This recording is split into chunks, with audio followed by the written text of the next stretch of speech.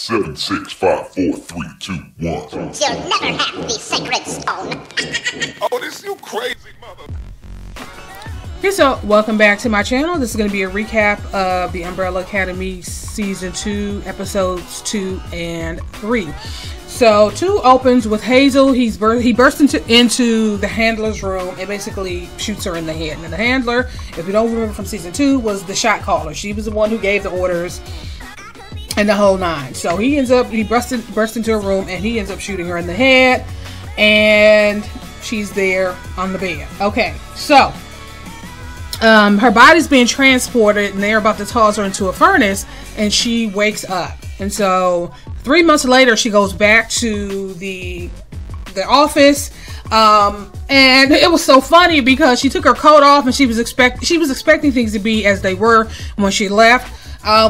She was the most powerful person in the building, and so people, you know, when she said tell you to jump, you ask how high. So she walks in, takes her coat off, and she's expecting someone to be there to catch her coat and like follow behind her like some trained dog or something. But people are just kind of like walking by, just looking at her like okay.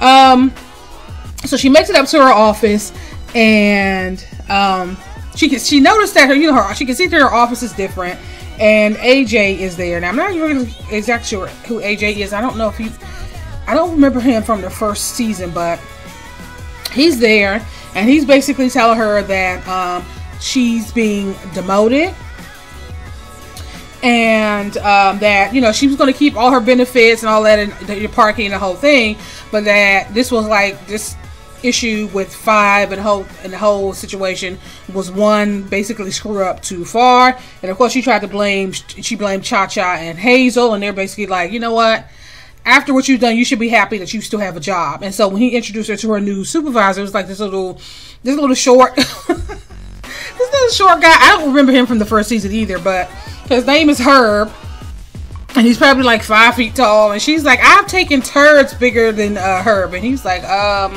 okay, so would you like me to show you to your desk? And so he takes her into the office, and she thought that she was going to be sitting at the desk in the front. He's like, oh, no, this is your desk over here.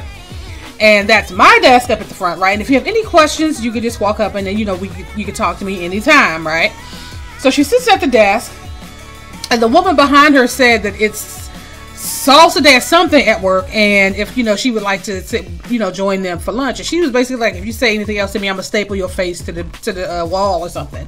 So she's obviously not happy with her lowly position. Okay, so she opens the desk, and to add insult to injury, it's actually number 5's old desk. His nameplate was in the desk, and she basically screamed and tossed it across the room, and it basically got stuck in the wall. So okay, so we're back at the bar with Luther and number 5. They're still talking, and number 5 is still trying to get Luther on his side. He needs him to help him basically stop the end of the world. And Luther is basically like, you know, I'm sick of this. I'm not going to do this anymore. He basically said that you're responsible for this.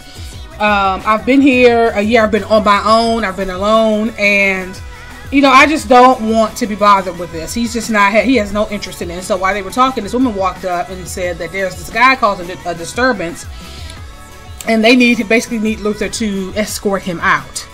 And at the time, I didn't realize who it was, but he went and got the guy and he escorted him out. And the guy, they made it a point to focus on the guy his wallet dropping. And so number 5, he's at the bar and he's having a couple of drinks, and he gets down and he realized there's something in his pocket. So it's this film that Hazel had slipped into his pocket just before the guys shot and killed him. And so now he's trying to figure out how he's going to get this film developed. So we go to Vanya. Sissy is getting her purse and trying to find her car keys, and of course Vanya's like, okay, well, what's going on?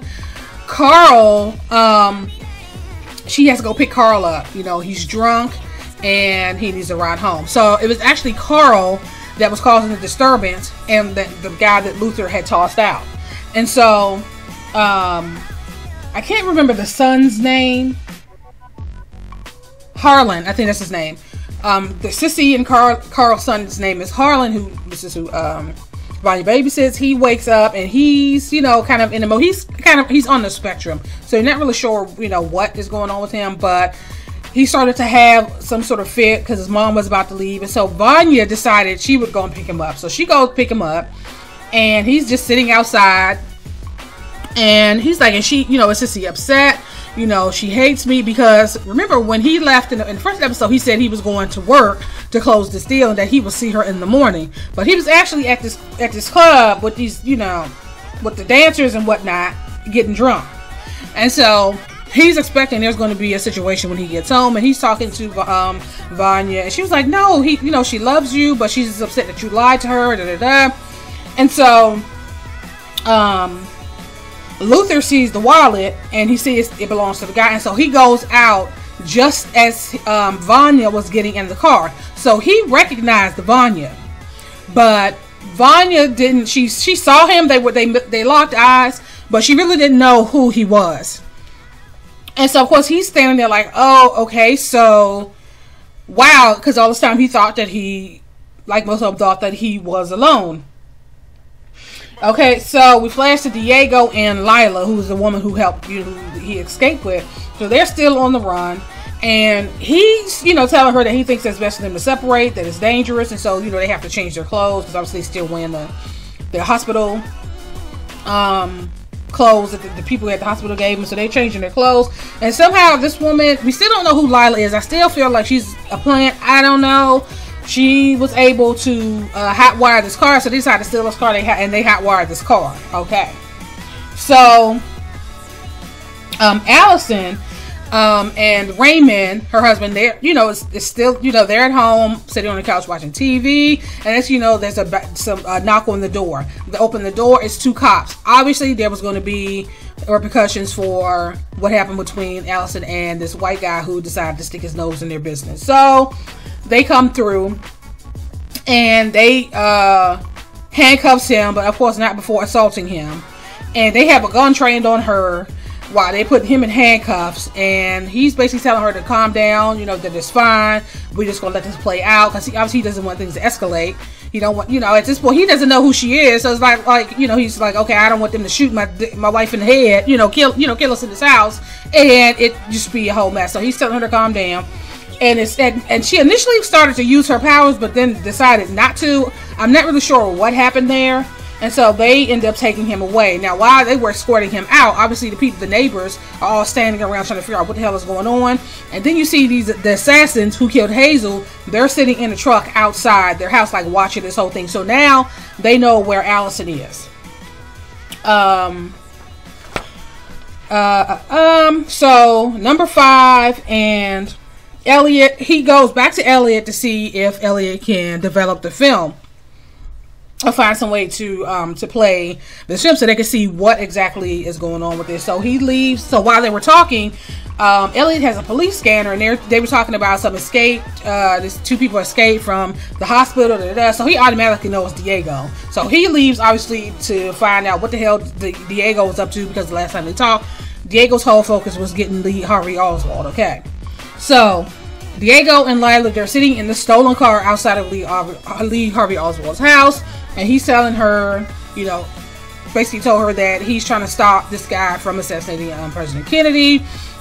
And she was like, okay, well, let's just go and blow his brains out. And he's like, what? He said, we can't kill somebody who hasn't actually committed a crime yet. And so they're going back and forth, and she's telling him how stupid he is, and this is ridiculous. And so number 5, he appears in the back seat, and he's like, okay, what are you doing? What are you doing? And so he's trying to get Diego to come with him and not do what he's there to do. And of course, Diego was, you know, refusing. He didn't really want to go. And then he saw this cop walking down. Of course, number 5 was about to make the block hot. And like, okay, these are the 2 people you were looking for. And then Diego basically stopped them, and they decided to leave.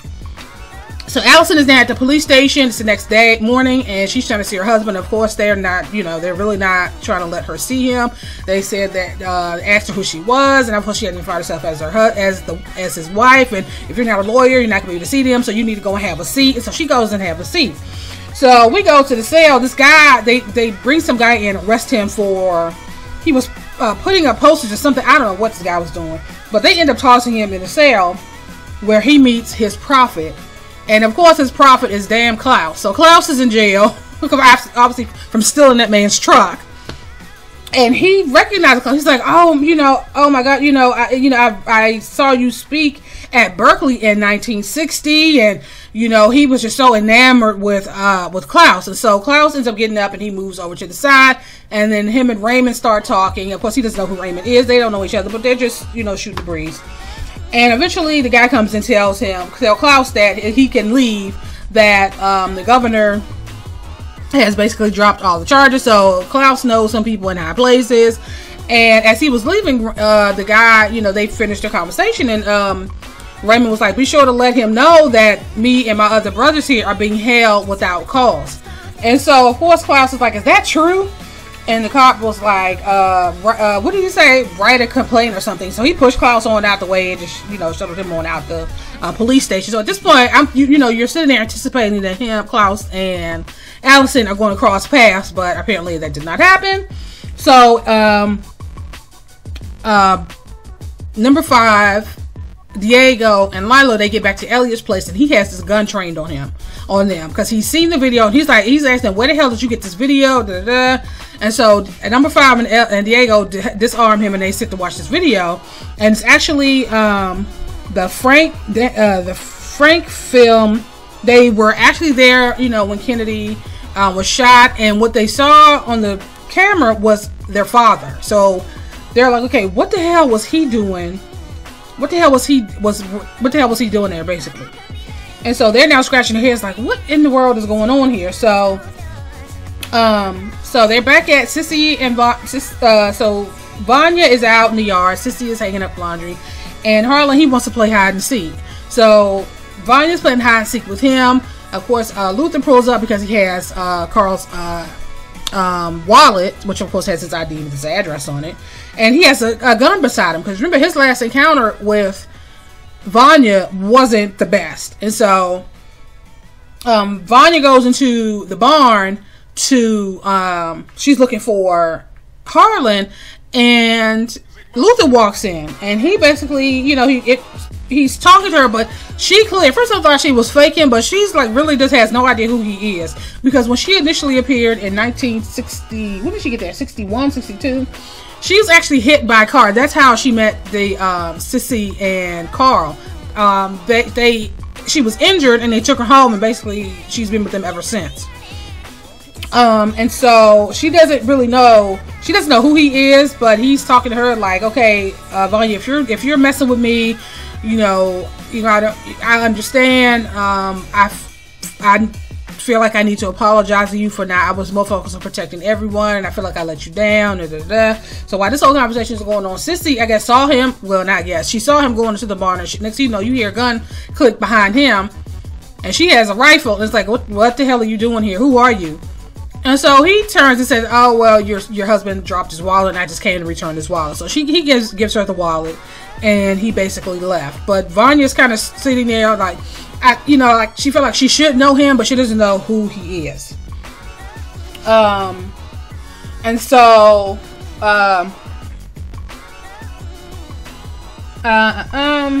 so the assassins, they've rented this place, and they've actually killed the owner, and they get a message, and it was actually a photo of Vanya. So I guess Vanya is their next target.